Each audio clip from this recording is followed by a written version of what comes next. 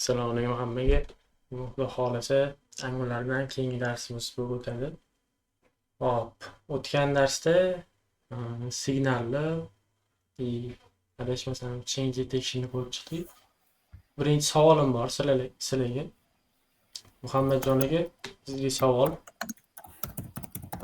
Angular default tarzda Zone.js change detection'ni ishlatadi. O'shaning minuslari nimada? Minuslari performansga ta'siri bor edi. O'sha kodni polniy tepadan pastga o'qib chiqishni yana qaytadan xatolikni topgungacha.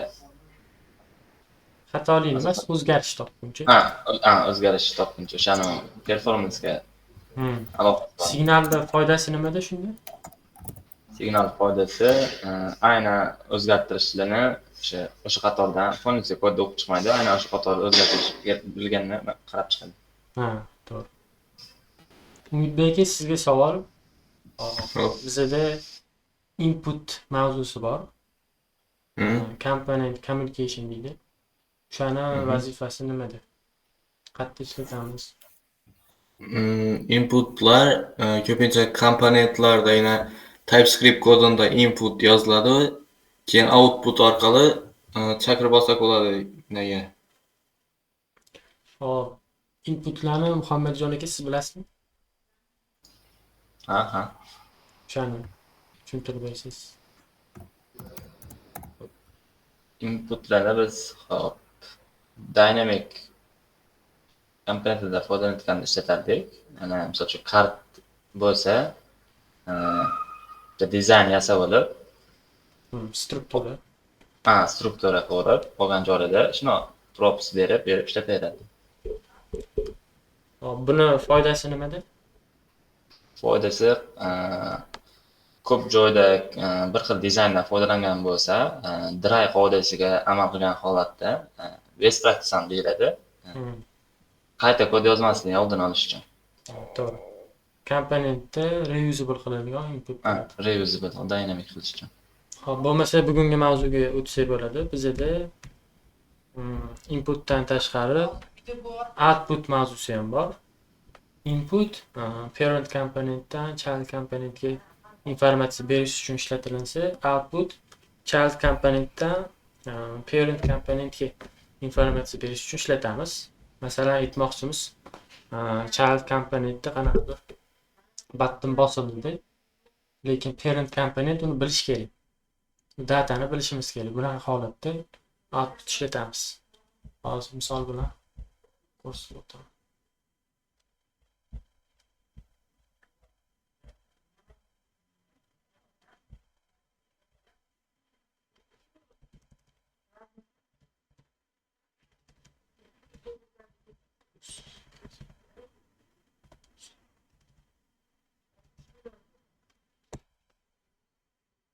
Ungacha savolingiz bo'lsa berishinglar. Manda o'sha output ko'raylikchi, keyin savolim bor edi. Chunki Reactda childdan parent komponentga ma'lumot berish murakkabroqda. Biz buning uchun anaqa qilamiz. Custom event yasaymizda. Reactda ham unaqa emasmi? Custom event yasab, o'sha eventni yasaladi.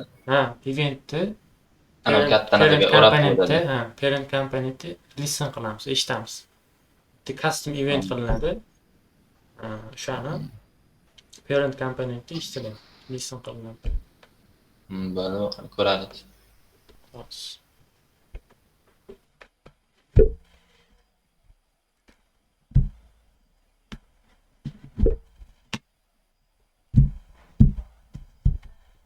Ochib olsa. Ungacha savolingiz bo'lsa berib turinglar. Menda bitta savol bor edi. O'tgan safar change detection o'tgandik-ku. Hop. Shunda mutatsiyaga sezgir emas, ya'ni primitive types edi. To'g'rimi? Bitta muammosida. Tushunmadim sal anaqangiz savolingiz. Change detection faqat reference yoki primitive turdagi o'zgarishlarni tekshiradi oladi. Change detection mana komponentda qanaqadir eventda o'zgarish sodir bo'lsa, Masalan, button klik bo'lganda, bosilganda qanaqadir datani o'zgartirmoqchimiz. Bunaqa holatda o'sha Angular change detection mexanizmi ishga tushadi. Zone.js. Hozir почти signalga o'tib ketdik. Zone.js ishga tushadi. Zone.js minusi u component tree bo'ladi. Masalan, biz app komponentga 5 ta komponent berganmiz, nested bo'lib ichiga kirib ketgan. Bu hammasini tekshirib chiqadi. Masalan, 5-komponentda o'zgarish sodir bo'lgan bo'lsa, bu 1-komponentdan qarab chiqadi. Angular default change detection mexanizmi. Birinchisiga qaraydi, yo'q bo'lsa keyingisiga o'tadi, ikkinchisiga qaraydi. Shunaqa 5-gacha boradi. Buni minusi o'sha ortiqcha qarab chiqadi, vaqt olib qo'yadi. Shuning uchun bizda signallar bor. Signal ishlatsak, Angular default change detection mexanizmi o'chadi. Biz signal based ga o'tamiz. Signal nima desangiz, masalan, mana bu yerda o'zgarish sodir bo'lsa, qanaqadir Angularga o'zi chiqadi. O'zi yetkazib beradi. Endi hamma 5 ta komponent qarab chiqmaydi Angular. Shu iminni 5-chisidan topib oladi. Qarab chiqmasdan, ortiqcha vaqt olmasdan. Foydasi shu signallar. Savolingiz bo'lsa, berishingiz mumkin. Evet, tushunarli, rahmat.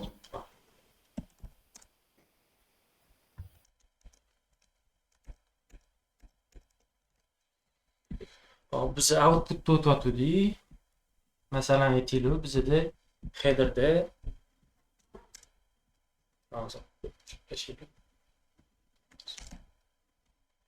headerda button bosilsa, biz app komponentga import qilganmiz buni. App komponentni bilib olmoqchimiz. Xabardor qilmoqchimiz app komponent. Bunaqa holatda output ishlatamiz. Hop. Output ishlatishni ikkita yo'li bor. Endi sizlarga oxirgi yo'lini ko'rsataman. Versiyasi. Screen share qilsangiz bo'lardi. Screen share qilmadim, aytgancha. Zo'ra.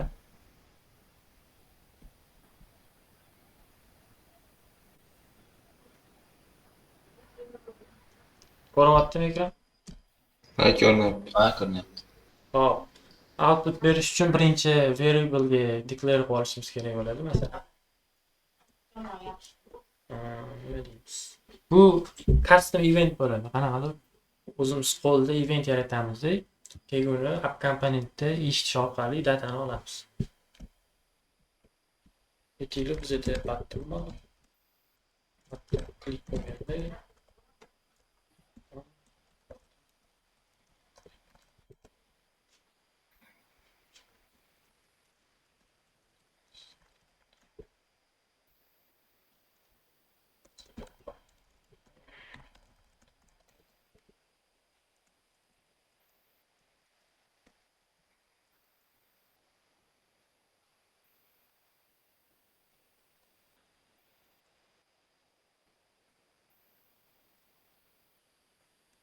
hop, biz bitta custom event qilib olamiz, masalan, nima deb nomlasak bo'ladi? Text. Text. Text. Output qilamiz. Hop. Buni funksiya ishlatamiz output uchun. Bu event emitter deydi. Ya'ni qanaqadir event qaytaradi. Buni keyin emit qilib olishimiz kerak bo'ladi.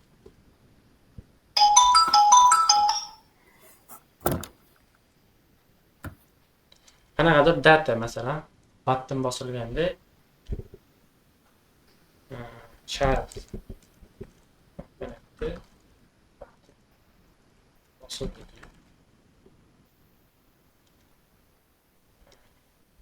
Void string qilib qo'ysangiz ham bo'lsa kerak. Ya'ni button. Bo'ldi. Output qilib olish kerak. Komponentda endi buni app komponentda o'sha selektor joyiga hozir qilgan eventimizni yozamiz. Nima qildik? Text. Text. Biz custom bitta event qildik. Text. Endi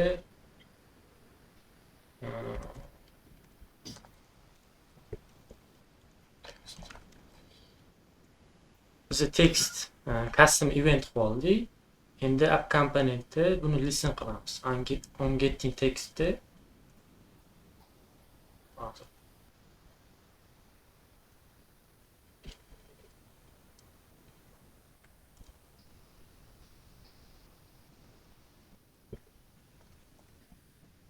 hozir bir minut.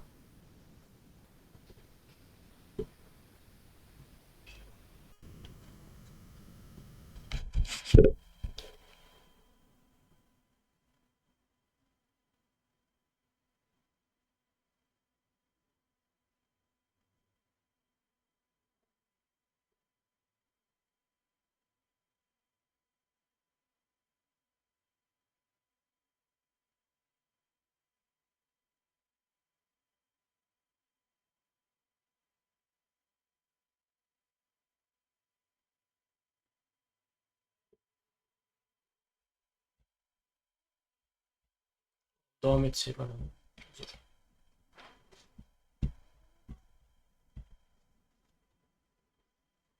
Screen ko'ryaptim. Ha, ko'rinyapti. On getting text. Konsol emas, bitta anaqa chiqarilgan, message qanaqa. Masalan. Bizda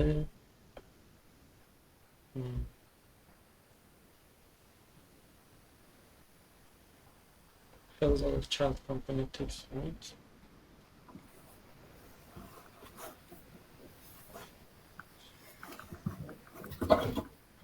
Hozir biz mana headerda turib, ana tekstni appga jo'natib yubormoqchimizmi yo Masalan, aytaylik, bizda ID keladi.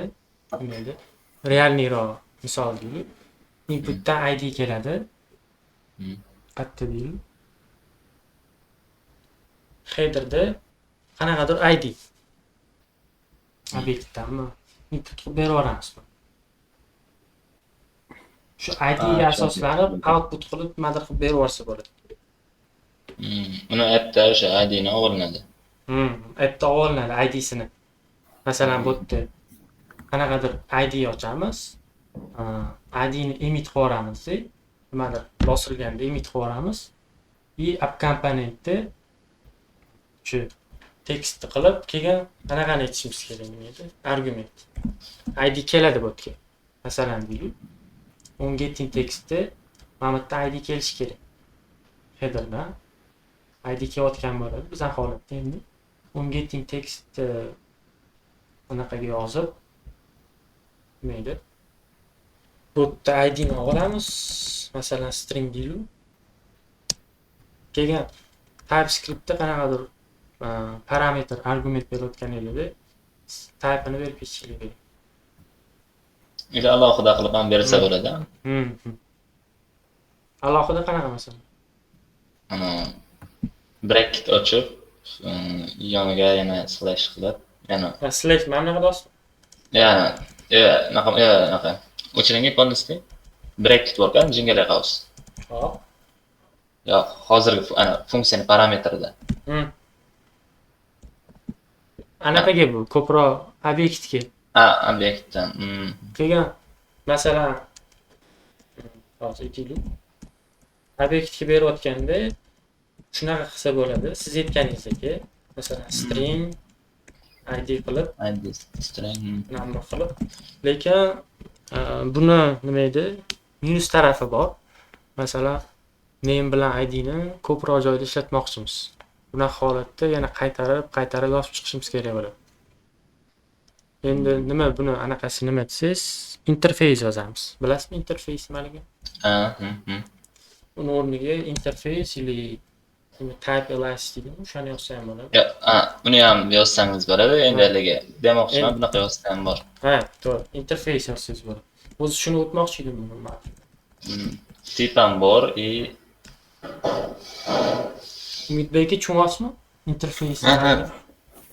Interface qanaqadir obyektga shape berish uchun qanaqadir shakl berish. Yozib ko'rsatib bering akaga, obyektni. Hop. Masalan, aytaylik, bizning obyektimiz id kerak bo'ladi. Number text bo'ladi. string.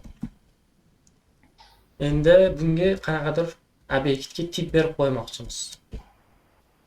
Aytaylik mana bizda quruq obyekt bor, tip bermaganmiz. Qanaqadir dasturchi keldida bilmaydi nima yozish. id qildida string yozib qo'ydi. Lekin bizga number kerak edi. Bizning holatda number kerak. Bunaqa holatda TypeScript xato chiqarmaydi. Chunki biz type berib qo'yganmiz. Endi bunaqa holatda type berib ketish tavsiya qilinadi. Masalan, aytamiz, object interface'ni olgin deymiz. Endi nima qiladi? Mana bitta error qaytaradi. id ga aytibdi, "Sen string berib qo'yding. Bu number olish kerak" deyapti. Endi ko'radi, boshqa dasturchi mana number ekan deb yozadi number. Keyin numberdan keyin tekstni ham so'rab oladi. TypeScript bor. Tekstdan berishing kerak deydi. Bunday yozsa o'zi auto anaqa bilan chiqarib beradi. Text string. O'shandagina error qaytarmaydi. Bu nima deydi? Safe. Nima o'zbekchasi nima deydi? Xavfsiz. Xavfsiz ishlash uchun TypeScript asosiy kuchli tarafi ham shunda. Shu joyda bitta savol bor edi menda. Hop. Ko'pincha any berishdan qochish kerak deyiladi. Nimaga? Any chunki TypeScript asosiy kuchi tiplarni tekshirishda. Agar any berib qo'ysa, TypeScript JavaScript bilan bir xil bo'lib qoladi. Type checking to'xtaydi, ishlamaydi. O'shaning uchun qolgan payti any qilsam, masalan, tekstga any qilsam, any qildimda, xohlasam number yozaman. Tekstga error любой narsa yozasiz. Type checkingni o'chirib qo'yadi. Bu JavaScript bo'lib qoladi. Ba'zi bir errorlarda foydalansa kerak deb o'ylayman. Shunaqa. Error shoshayotgan bo'lsak, maqola. Tushunarli. Endi yana bitta tema bor. Bizda Angular'da template'ni loop qilish imkoniyati bor. Template'ga mana shu bizning anaqamiz deydi. HTMLimiz template deyiladi. Template bilan HTML farqi. HTMLda biz Angular'da xususiyatlarni yoza olmaymiz. Masalan, hozir aytib o'tganimdek, HTMLda loop qilish. Lekin template'ni yozsak bo'ladi. Hozir bitta ko'rsatib o'taman. Masalan, bizda array bor bitta.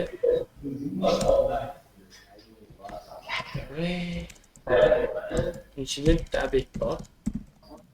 Obyektda o'zini id'si bo'ladi. Text. Qanaqadir text. Text. Shundan bizda qaytarilgan. Buni qaytarilgan. Datasi o'zgargan. Virgul qo'yib ketdi ikkida. Formatda qaytarilgan deydi.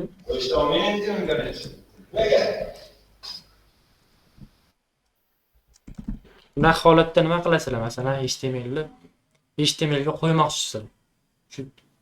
Shu template anaqani arrayga qo'ymoqchisizlar. For each bilan qo'ysa bo'ladi. JavaScriptda for each bilan qilsangiz bo'ladi. Lekin Angular'da to'g'ri anaqaga borasiz, HTMLga borasiz. Bizda for bunaqa dekorator bor. Bu pastki anaqa bilan bir xil for loop bor-ku. Unda birinchi JavaScriptga for loop. Current item beriladi, item of array, my array. Array qilinadi. Keyin track qilinadi. Track nima desanglar, masalan, trackda qanaqadir bizda obyektda unique xususiyati bo'ladi, to'g'rimi? Bu bizning holatda id. O'shani track qilib olish orqali Angularga yordam bo'ladi. Masalan, qanaqadir o'zgarish bo'lsa, boshqatdan update qilmaydi hammasini. Sirasi informatsiyasi turadi, imенно o'sha narsani update qiladi. Bu Angular uchun foyda track. Bu yerda qanaqadir unique xususiyat berib yuboramiz. o'sha qanaqadir aytdimmi, bizani holatda ID unique takrorlanmasligi. Bizani holatda ID. Bu Angularga yetib turadi. O'zgarish bo'lsa xabardor qilib turadi. Endi bizda bor. Endi bu tekstni olish uchun esingizda bo'lsa string interpolation mavzusini o'tganmiz. Jingle xavfsizlik. Jingle xavfsizlik TypeScriptdan qanaqadir dinamik qiymat olish uchun ishlatiladi. Tekstini beramiz. Mana loop bo'ldi. Bizi qayta masalan bizni 6 ta paragraf yozsak bo'ladi bu holatda. 6 ta 7 ta yozsak bo'ladi. Lekin repetition o'zini qaytarishi oldini olib bizni loop ishlatdik template'da. Angular'da kuchli xususiyatlaridan bittasi shu. JavaScript'ni boshqarib. Savolingiz bo'lsa berishing.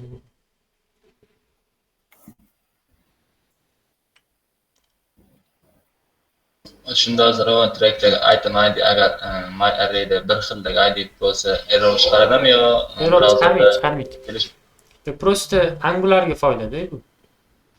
Tezroq update qilib olish uchun Angular'ga foyda. Bu error chiqarmaydi buni. Browserdan chiqmaydimi error? Yo'q. React'da shunaqa narsasi bor. Biroqda map ishlatgandan keyin key hostess berish kerak, katta parent anaqa elementiga. Key bersangiz agar o'sha ichida xuddi mana aytganingiz ID lar tartibda bir xil bo'ladigan bo'lsa, browserda error beradi-da. Bunda ham browserda chiqaramiz keyin. Shundan savolingiz bo'lsa berishingiz mumkin, keyingisiga o'tamiz. Menda savol yo'q. Bo'ldi. Menda ham savol yo'q. Keyingisi conditional content. Qanaqadir conditionga asoslanib content ko'rsatish Angular'da. If else bor. True bo'lsa bu, if else bor ku JavaScript'da. Biza template'da HTML'da ishlatsak bo'ladi. Masalan, bunaqa dekorator bilan yoziladi. Ichiga qanaqadir true false qaytaradigan nimadir expression yozishimiz kerak masalan. O'chirib tashlaydi. It's true. False.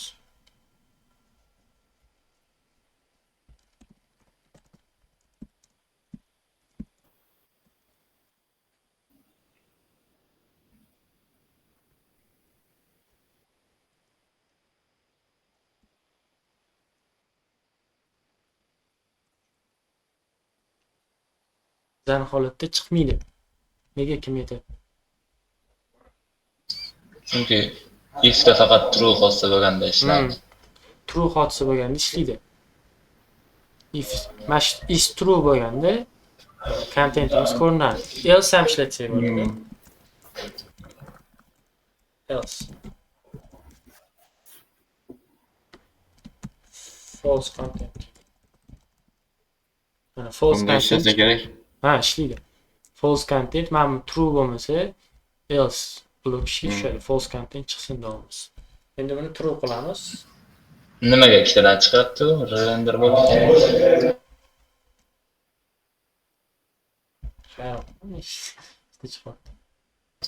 Renderdan bo'lishi mumkin.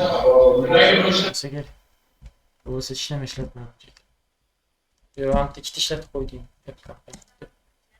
Ikkita header ishlatib qo'yding. Ikkita header ekan.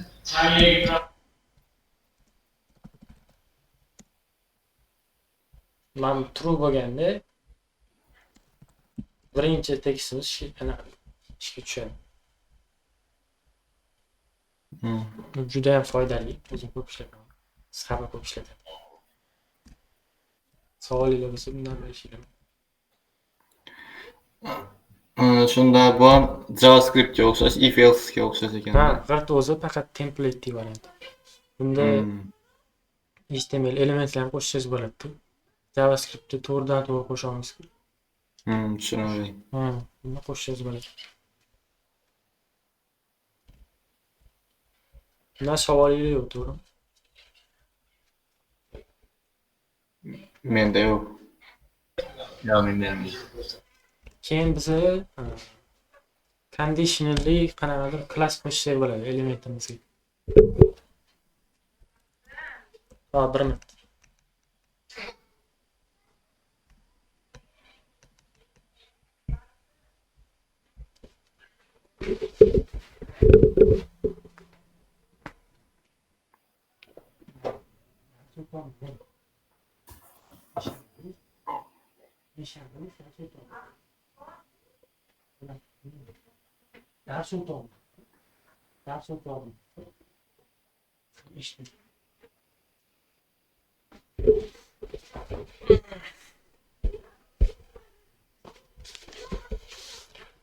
Hop, conditionally class qo'shish qanaqadir hozirga o'xshab true false ga asoslanib class qo'shish.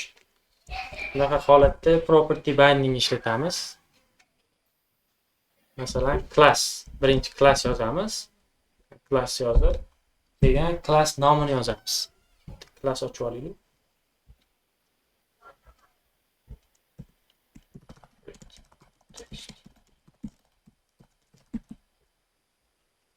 Masalan, red text.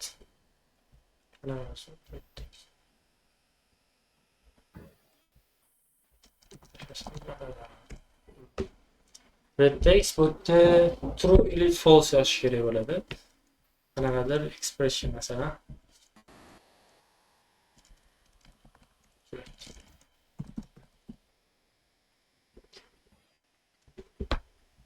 Aytaylik, qanaqadir button bosilganda biza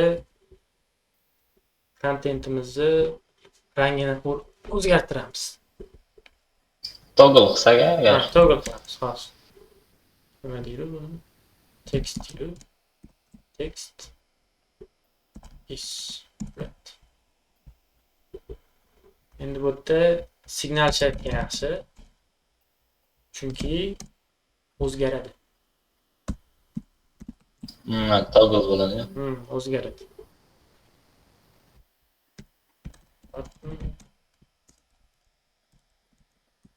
Klik bo'lganda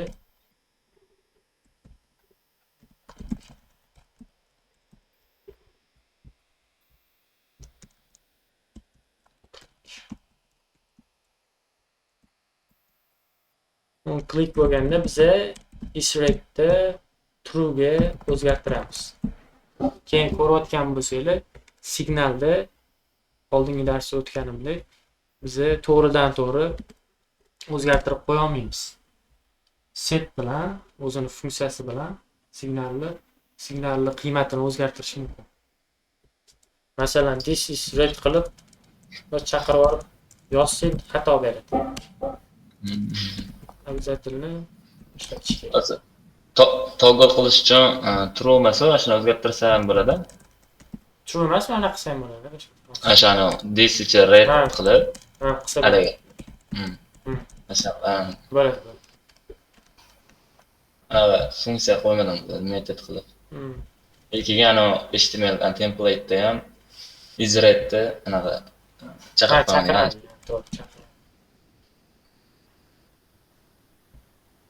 Yo'q, bu yoqda. Mana function turibdi, TypeScript ham. Mana aytasiz? Pastda. Toggle qilingan joyda is red o'zi qoldi, chaqirib qo'yilmadi. Hozirgi TypeScriptda. To'xta. Qanday yoziladi? Biza yozdik. Signal yozdik, hop. Pastda set qilingan joyda this red deb. Mana chaqirmaydi. Bo'ldi. Ishlab chiqamiz. O'zi dars o'tvorasizmi degan? Yo'q, endi Mana o'zgardi. Ko'rasizlar, background qilib joy yaxshi ko'rinadi. Mana background qilib, o'zgaryapti, toggle bo'lyapti. Biza conditionally qanaqadir holatga asoslanib class qo'shamiz. Angularni nima deydi? Class binding deydi. Shunaqa orqali adashmasam bu yerda camel case qilsa ham ishlashi kerak. Ishlamasa kerak. Hop, shu.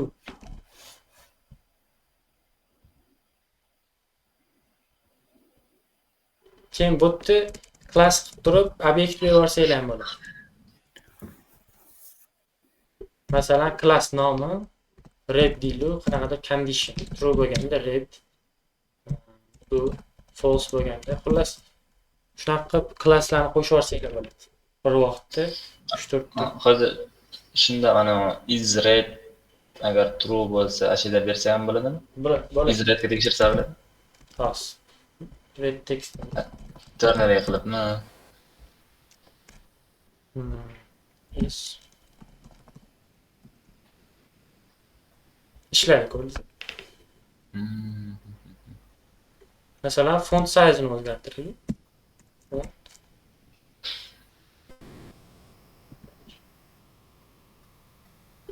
Bunga beramiz.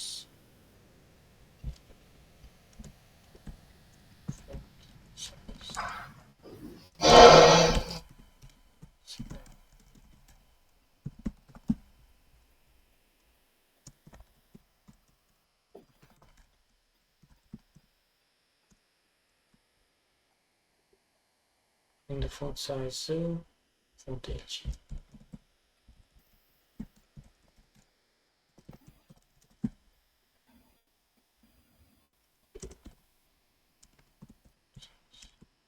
Yana bitta savol sizlarga. Pixel bilan RAM farqi nima? Mana shu holatda ne pixel ishlataman? Hozir header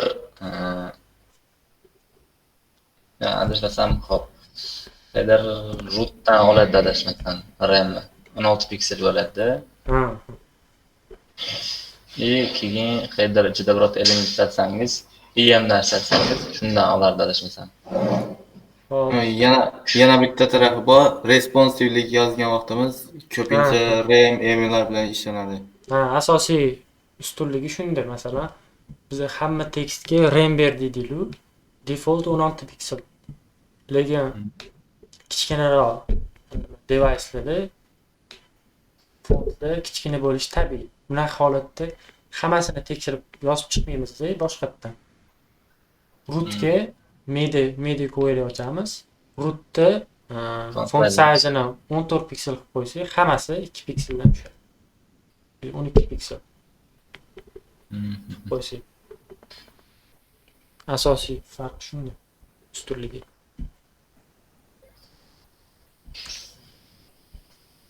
Ishladi. Ko'rdinglar? Mana ozgina katta qilmasdi. Mana obyekt orqali 3-4 ta multiple klasslarni berish yo'li.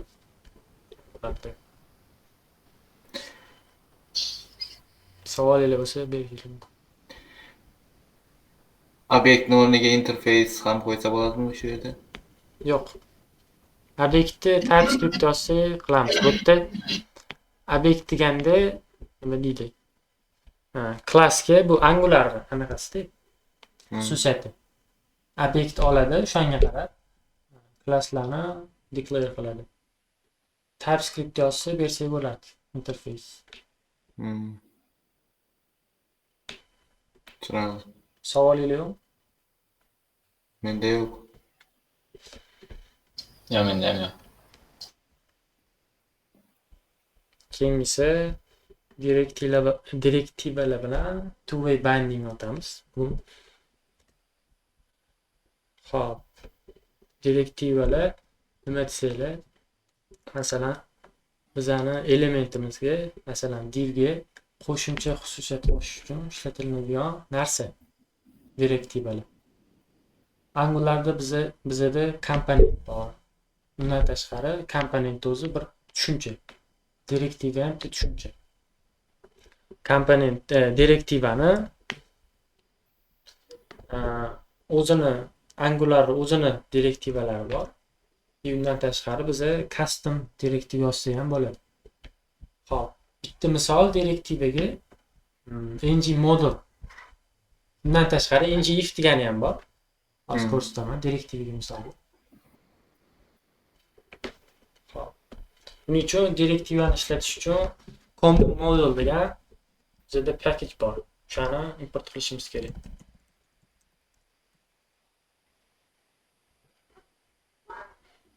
Direktivalar masalan ng if faqat boyagi bilan bir xil. Boya ko'rdik-ku. If qildik-ku. O'shan bilan bir xil. Lekin bu eskirgan yo'li, bunaqa pashti ishlatilmayapti. Ko'proq mana bu dekorator ishlatiladi. Direktivaga misol masalan. Bu structural directive deb ataladi. Bizda ng class bor, hozir ko'rdik-ku. ng class bu o'shan bilan bir xil. Mana bu class bilan bir xil. Tepada ko'rgan klassimiz bilan bir xil. Endi yana bittasi bor. ng model bor. ng model nima desanglar, birinchi two-way bindingga o'rganib olsak. Two-way binding nima desanglar, bu ikkita, masalan bizda HTML bilan TypeScript bor. Ikkita tarafdan data alishib turadi. HTML dan TypeScriptga boradi, TypeScriptdan HTML ga boradi data. Buni misolini ng model bilan ko'rsak bo'ladi. Shunaqa yoziladi. Keyin adashmasam forms modulni import qilishimiz kerak. ng modulni ishlatish uchun.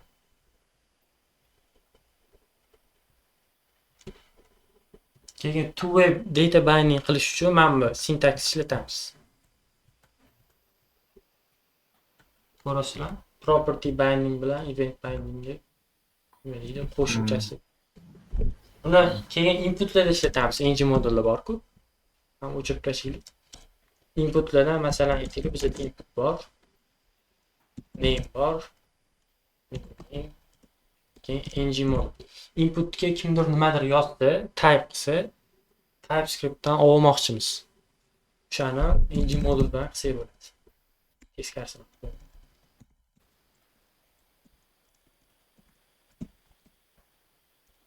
Bitta bu yerda variable ochamiz.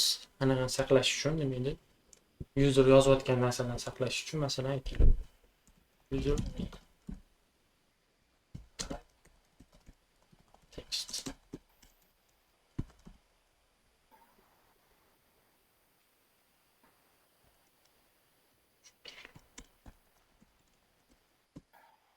Boshida bo'sh bo'ladi bu. Endi qaraylik. Konsolga chiqaramiz. Username konsolga chiqaramiz.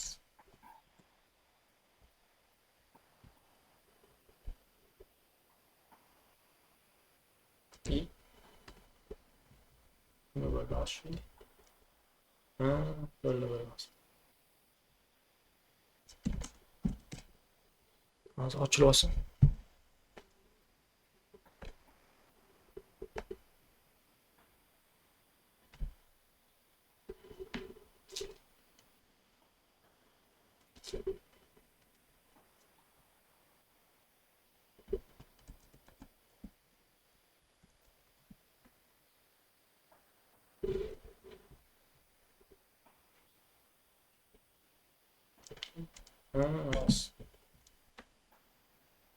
Ekranga chiqarildi mana shu string interpolation bilan. User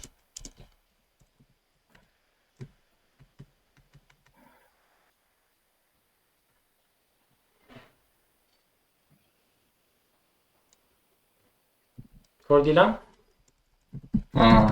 Mana shu two-way data binding bo'ladi. Birinchi nima qilyapti? ng modul orqali user yozayotgan datani TypeScriptga jo'natyapti. TypeScriptda username degan variable bor, unga saqlayapmiz. Keyin username yana qaytarib HTML ga jo'natyapti. Username ko'rasizlarmi? Shunaqa qilib qaytarib ikkita yo'l bilan jo'natyapti. Two-way data binding deb shuni aytamiz. qaytib kelyapti. ng model keyin asosan user nimadir yozganini olib olish uchun ishlatamiz.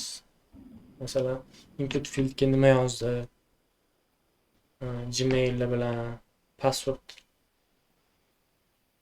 Endi asosan Angularning o'zini formasi bor. Reactive forms bilan template driven forms.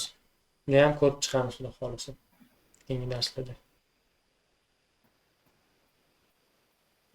Bugungi darsdan savollar bo'lsa berishinglar mumkin.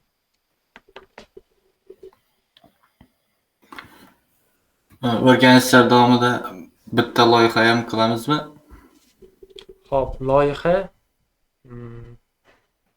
bilmadim endi. Loyihaga men anaqa car rental degan proyekt qolman. O'shani qilib ketishimiz mumkin. Buni ham o'ylab ko'raman. Nima degan? Car rental hozir ko'rsatamiz. Anaqa mashinani rent qilish bor-ku, rent car. O'shani saytini qo'ydim.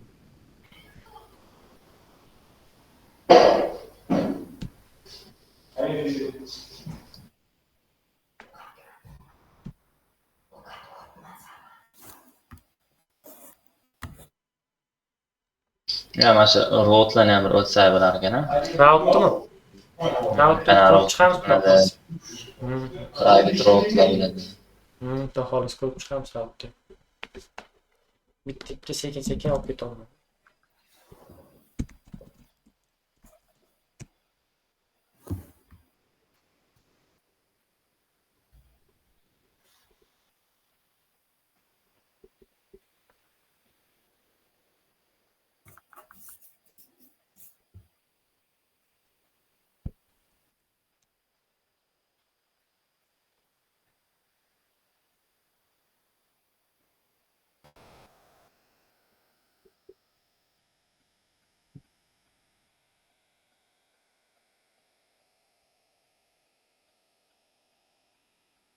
Bungacha savolinglar bo'lsa berib turishinglar mumkin ochiqmuncha. Muhammadjon aka savol yo'qmi? Menda savol yo'q. Menda bitta savol bor edi. Endi qo'shimchada keyingi darslarda ko'rsatib bersangiz ham bo'ladi. Projekt yaratayotgan vaqtda standalone yoki no standalone qilib yarasak bo'ladi, to'g'rimi? To'g'ri. Hozirda ko'proq ishlatilmoqda bir upload to stage file. Lekin undan oldingi safar o'rganganlarimda men app modulda ishlaganimda to'g'ri. Sal qiynalibman-da shunga. Modulda nima qilardingiz siz? Komponentlarni bitta joyga yig'ardingiz, to'g'rimi? Importlar qilib. Nima komponent ishlatsangiz, Paz yozib, o'shani bitta joyga yozardingiz, app modulga yozib ketardingiz. Buni minusi ko'p, ayniqsa standalone bilan solishtirganda. Komponentni nima deydi? Standalone degani mustaqil ishlata olish. Masalan, biz endi app modulga borib anaqa o'tirmaymiz, import qilib o'tirmaymiz. Ishlatayotgan joyimizda komponentni import qilamiz. App modulda emasda, masalan, latest videoda komponent, header komponentini ishlatamiz, to'g'rimi? Siz modullar bilan app modulga import qilardingiz buni, botni ishlatish uchun. Lekin standalone bilan latest videosga kirasizda, header komponentini imports deganiga import qilasiz. Bo'ldi. Shu bilan ishlatsangiz bo'ladi. Selektor yozish orqali ishlaydi. Farq shunda. Standalone уже model based ancha orqada qolib ketdi shekilli. Ishlatilmayapti. Eski proyektlarni ko'rib qolmaysiz. Ko'pincha hozir shu road to stage file ishlatyapti. CSS ga Tailwind ishlatganmisiz? Tailwind. Nimaga SCSS ham bor? SCSS tanlanganda nima edi? Angular so'raydi-ku. SCSS qulay ham. Birga ishlatib bo'lmaydi demoqchimisiz? Ya, endi misol uchun Tailwind turganda bunaqa CSS ishlatib turman. Baribir SAS qulaylik joylari ham bor. Masalan, nima deydi? Tailwind ko'p bo'lib ketadi, nima edi? Ko'payib ketib qoladi. Keyin masalan bitta joyda bitta klass ishlatmoqchisiz, to'g'rimi? Bir xil stil bermoqchisiz. Bunaqa holatda Tailwindni utility klasslarini yozib o'tirmasdan o'sha CSS ga yozgan qulay. Bitta joyda qaytarilgan bo'lsa, keyin shu bitta CSS orqali hammasini o'zgartira olasiz. Bitta o'zgartirish chiqmasdan. Hop. Bu saytimiz, bu kirish qismi bo'ladi. Avtorizatsiya bor. Ham bor. Avtorizatsiyani ko'rsam. Backend nimaga qilgansiz? Ishlamaydi. Local storage. Avtorizatsiyani eng anaqasi bo'lgan. Prosta avtorizatsiya bo'lgan. Eng xavfsizligimi? Masalan, account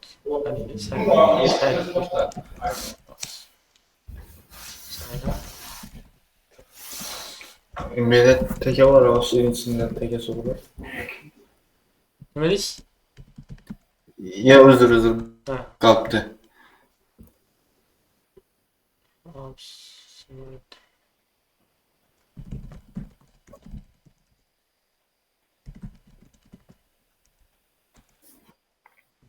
Hop, mana bu mashinalarning saytiligi.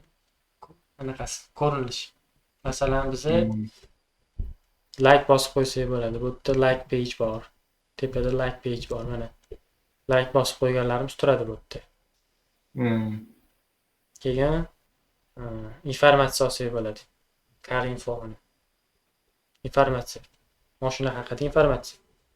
Bu yerda review qoldirsangiz bo'ladi, masalan.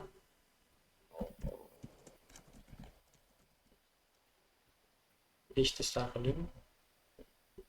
Mana. Review faqat o'zingizga ko'rinadi. Lekin Mana detail bor-ku reviewda. ovozingiz mitoga. Shuni boshqatdan home pagedan qayting. Nima deysiz? Home page'ga qayting, home page'ga. Home'ga. Ha. Mana aytasizmi? Ha, endi ana see the car info turibdi, detail. Hop. Ha, bosim. Ha, asha pastda chiqibdi, shuni qanaqa usuli borlar, scroll to top qilib o'zib qo'yiladi, juda ham reaktda bo'ladi. Qaysini? Ma'lum aytyapsizmi? Ha, hozir mana detail page pastdan chiqdi, tepada turibdi. Ha. Scroll qilib tepaga chiqarsiz. Ha. Keyin bizda rent now bor. Rentda bu yerda anaqa qilinadi. Otingizni yozasiz, validatsiya qilingan. Masalan, Toshkent.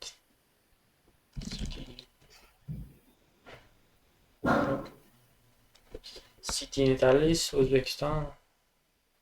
Date Italis. Date dilu. Bu ham validatsiya qilingan. Time Italis.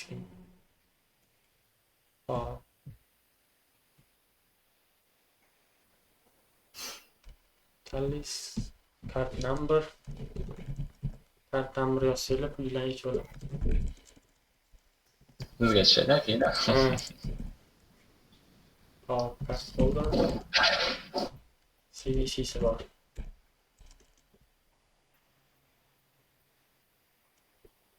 Hop, nima olib ketdi? Expiration datada oy yil yozish kerak emasmidi? Qayerda? Nabeda 2018 deb yozasiz-ku, shu yerda oyni ham yozish kerak emasmidi? Qani aytasiz? Yo, ina bu expiration date. Ha. Bu unchalik professional emas.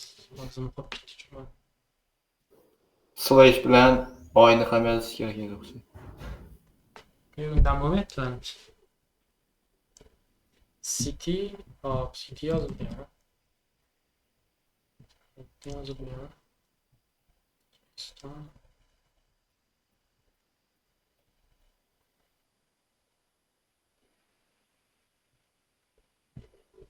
Bir ko'rib chiqishim kerak ekan bari. Oxirgi marta lekin rentni olib. Bunda reaktiv formula ishlatganman. Reaktiv formalarni bilmaydi.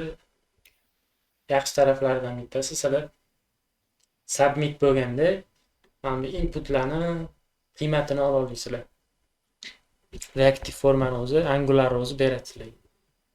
Shuni qulayligi shu. Hmm. Keyin bu yerda page'lar bor, masalan, how it works. Qanaqa ishlashi. Partnership. Partnerlar bo'lsa yozaverasizlar. Keyin business consulting page bor. Bular responsive qilingan. Fully responsive. Responsive'dan problem yo'qmi sizlarda? Manda bor. Menda ham Edi, endi ana tayyor anaqalar bor. UI ketdi-yu hozir. Ha. O'shandan foydalanaman. O'sha chat, tebak, hamma narsasi o'zi. Men o'zi responsive'ga grid eng zo'r deb bilaman. Bunaqa kartlar bor-ku, masalan, mana shu. Shu nima ishlatasizlar masalan grid ishlatayotganda? Qanaqa xossani ishlatasizlar? Adida min max autofitni degan. Ha, autofit qilasiz, keyin min max qilib size berasiz. O'sha size'da break bo'ladi, keyinga qatorga o'tadi. Keyin one far Bu qilasiz. kartlarda. Ha. Lekin Ba'zi zo'r. joyda ishlamaydi. Kartlarga lekin zo'r, eng zo'r. Nimaga masalan sizda menyu qilishda problema bormi? Kichkina anaqada menyu. Menyularda emas, misol uchun footerda bo'lishi mumkin ba'zi. Saytlarda footer bo'lsa g'alati bo'ladi.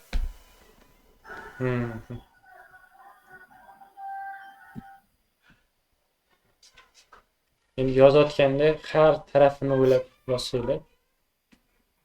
Responsive taraf. Hammasini o'ylab yozsanglar.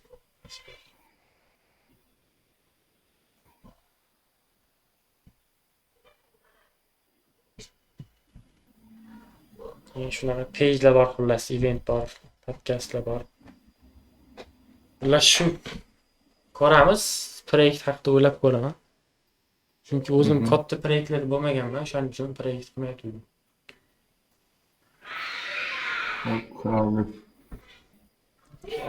Darsimiz shu edi. Savollar bo'lsa bersanglar. menda savol yo'q. Menda ham Savollar bo'lmasa tugatsak bo'ladi. Mayli, charchamanglar. Rahmat, sog' bo'ling. Charchamanglar.